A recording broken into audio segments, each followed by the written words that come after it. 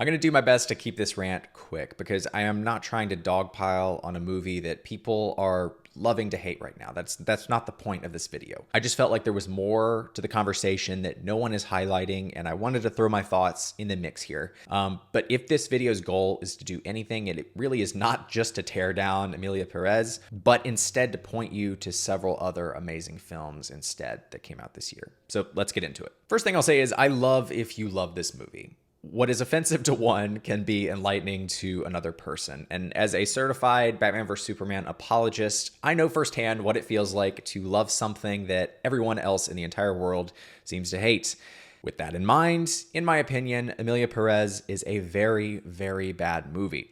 I don't see any way around it. I've seen it now twice. The first time I was in sheer just shock and amazement at how bad it was.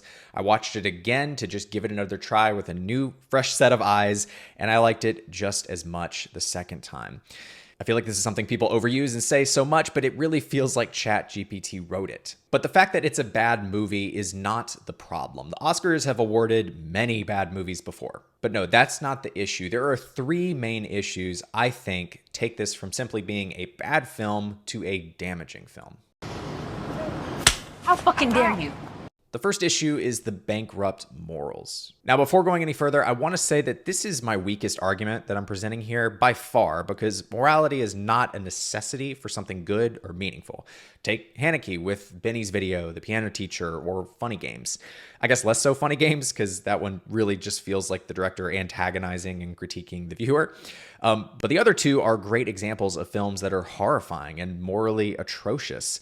The main difference, though, while the films remain neutral and imposing a moral opinion on the acts in the film, the director is clearly aware of the audience and has a message for us to pick up on. Not celebrating or condemning, just showing. Another great example of this would be The Searchers. John Wayne is the lead character, but not the hero. His racism is not a feature, but a bug within his character. Yet it never hits the audience over the head with a message or a prescribed moral standing. It simply shows this man, his flaws, and allows us to see where it leaves him.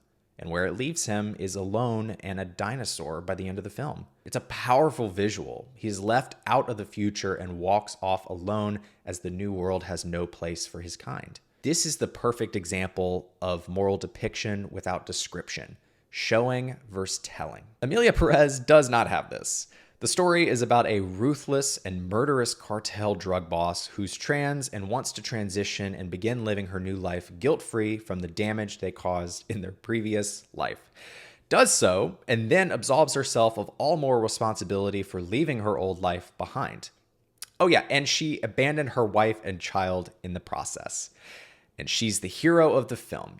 You truly cannot make this up. And again, I am not saying that every film has to relay a positive or even a moral message. Not at all. Take Joker as another example. It's a film that empathizes and at times glorifies the terrible acts of a murderer. Yet, there is a social dialogue going on, and in light of Joker 2, we see that there is a big conversation there worth exploring. You could argue that the conversation is dumb and not worth having, but there is a conversation happening there. That is not happening here. There is no subtle or secret messaging at play. Emilia Pérez is a hero. She's the good person in the story despite being a fairly despicable person. Again, this is the weakest argument you could make against the film, as immoral films can be valuable and morality in a film can be highly subjective based on what you bring to the film. What I may find appalling, you might find helpful or interesting or a good lesson of what not to be, right? But for me, this is a huge problem with this film. How fucking dare you? The next issue at play with this film is the terrible direction from Jacques Audiard. Forgive me if I'm getting his name wrong there, but people seem to be really frustrated and mad at a French, straight, male director deciding to make a film about a trans woman set in the middle of a Mexican drug war. However, I see no inherent problem with this. Yes, lacking cultural clarity can leave you at a disadvantage, but does not outright disqualify you. And as I was writing this, Denzel came to mind, as I remember he said something about this a few years ago, and I think it's relevant here. Why did he need a black director? Could a white director not have? It's not produced color, this work? it's culture. Explain the difference, because I think we're in a Steven space Spielberg right did Schindler's List. now. Mm-hmm. Martin Scorsese did Goodfellas, right? Steven Spielberg could direct Goodfellas. Martin Scorsese probably could have done a good job with Schindler's List, but there are cultural differences.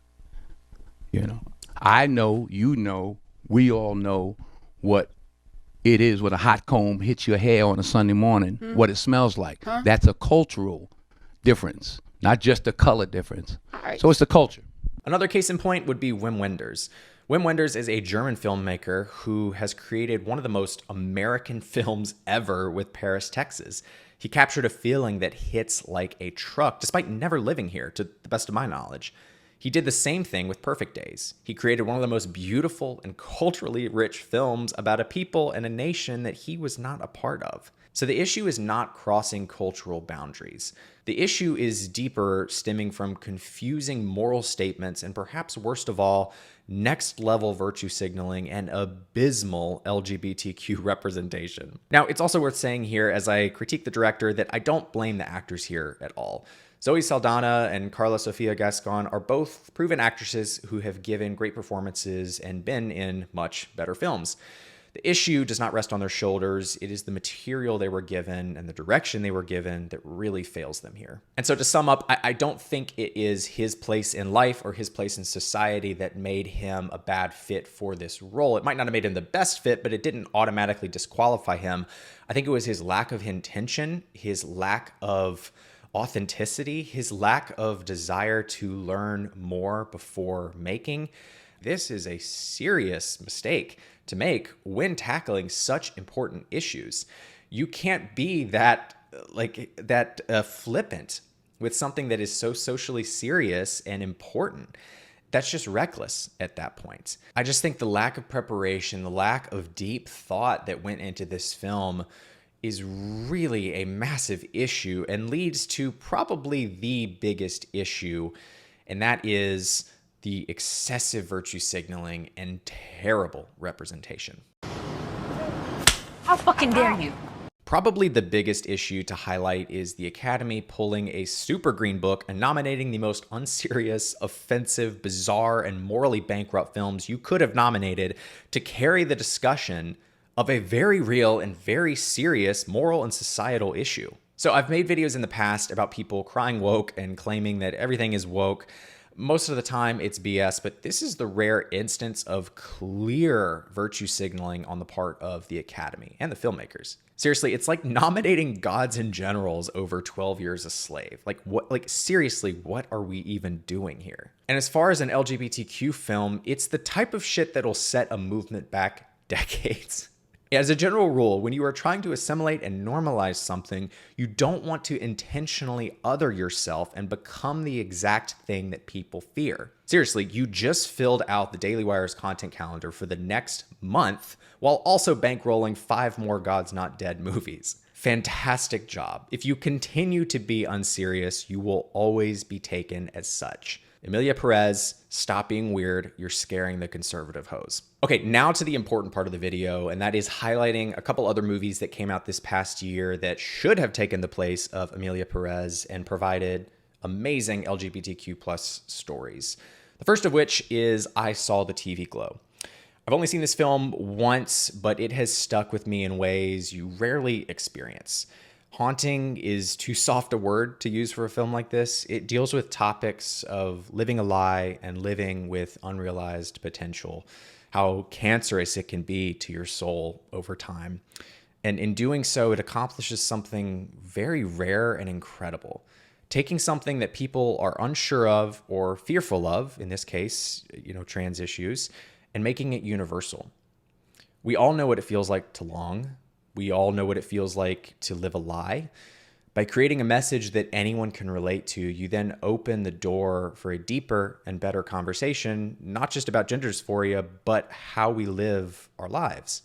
It's incredibly well done and has had a lasting impact on my life. It's genuinely caused me to rethink about many aspects of my life and reorder things in a way that better help my mental health. And while I may not suffer from gender dysphoria, I can relate to the issues that are presented in the film. And the final scene of the film is a terrifying look at where a life lived wrong leads. Another very different film that I wanted to highlight is called National Anthem, a beautiful coming-of-age story with astonishing performances, but more so a beautiful portrait of humanity and the universal desire to belong and be seen. This film is a perfect example of how being more important than what. What this movie is about is very simple and not ultra original on paper. But how it's done is what makes it something else entirely. The execution and the performances in this really elevate something simple into something very special and very touching. And like I said at the top, the way in which it humanizes and normalizes is the exact antidote to the mess that is Emilia Pérez. For whatever damage Emilia Pérez causes for the LGBTQ movement, National Anthem heals. Another film I would love to include in this video is Queer from Luca Guadagnino, but I have not been able to see that film yet, not for my lack of trying. Quick side rant, I am so over Regal. They have been making so many mistakes lately, and it's too much to ignore. A movie theater is not something you want to kick, because they're so down and out right now. It's like movie theaters are struggling. You want to show grace, and I really do want to show grace here, but it is just so ridiculous. I went to go see this movie. It was only playing for a couple days. I was only able to make it to one showtime. We made it about 30, 40 minutes into the movie, and then it just started buffering. I don't know what else to call it other than buffering. Like every 30 minutes, it would just sit and not move for about a minute or minute and a half, and then it would start playing for about 30 seconds and then just pause. Over the course of about an hour and a half, many different people, including myself and my wife, went out to talk to the people at the front, and they just did not care. They didn't say anything. They were just like, oh, we'll look into it, and just never did anything. And after about an hour and a half of just waiting and just losing our minds, we eventually just left, and they didn't care at all. So I really did not mean to turn this video into something so negative, but between Emilia Pérez and Regal, I am just a little bit fed up right now. So apologies for all the anger that is spewing out here. But Regal, please do better. If we want people to come back to the movie theaters, you got to make it a good experience. I'm not saying a 5-star experience. Doesn't change the 5-star man who he is. I'm a 5-star man! I'm a 5-star man!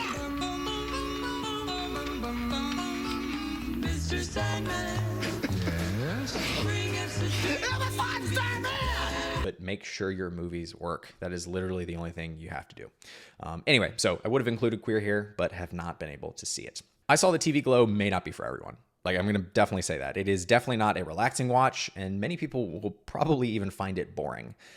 But if you were at all intrigued, I would strongly encourage you to watch it. And as for National Anthem, this is one that is pretty much a universal recommendation. If it looks interesting to you, it's just great and touching. And also, it'll give you an insight as for, a couple actors and actresses that will definitely be on the come up here soon. I really expect we'll see the two leads with Charlie Plummer and Eve Lindley in a lot more films here soon.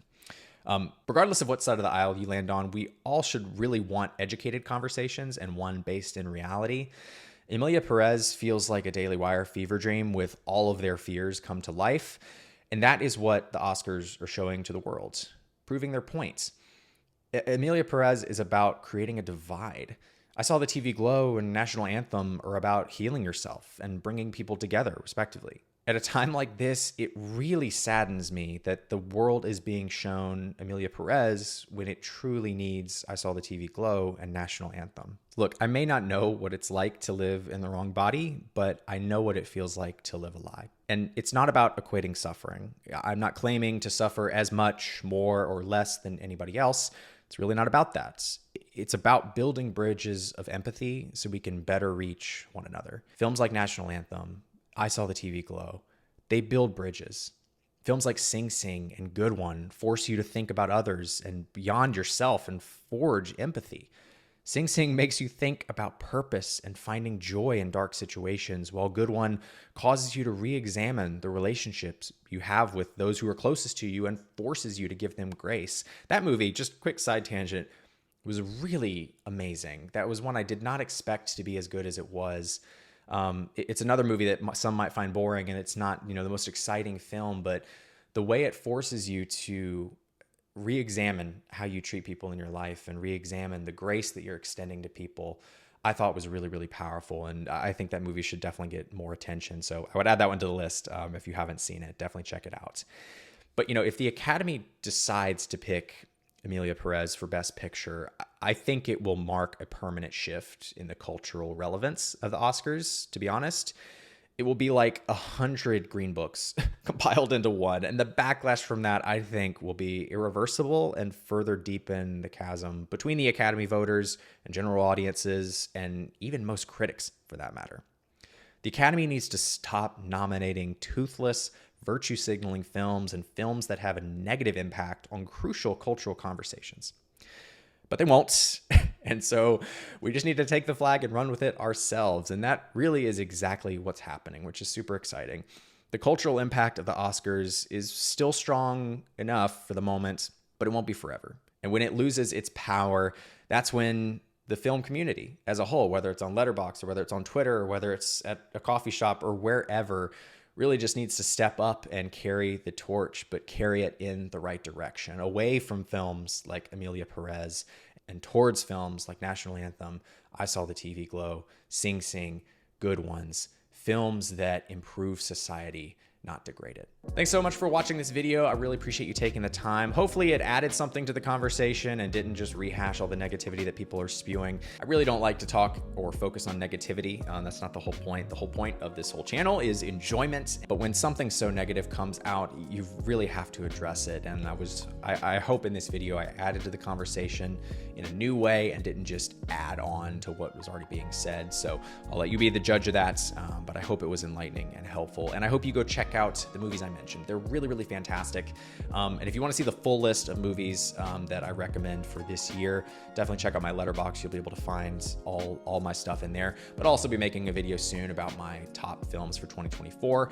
As always, I just wait basically until the Oscars. That's my cutoff point to see everything from the previous year. So I will be the last person making a 2024 best of video, but I'm okay with that because I want to make sure that I see everything I possibly can, so that I can have a true, honest list of what I thought the best films of 2024 are. So with that, if you have any questions, if you have any extra thoughts about Emilia Pérez or about the points I made, drop it in the comments below. I'd love to keep the conversation going and just kind of hear your thoughts. All right, well, that's all I got for now. Thanks so much for watching, y'all. See you.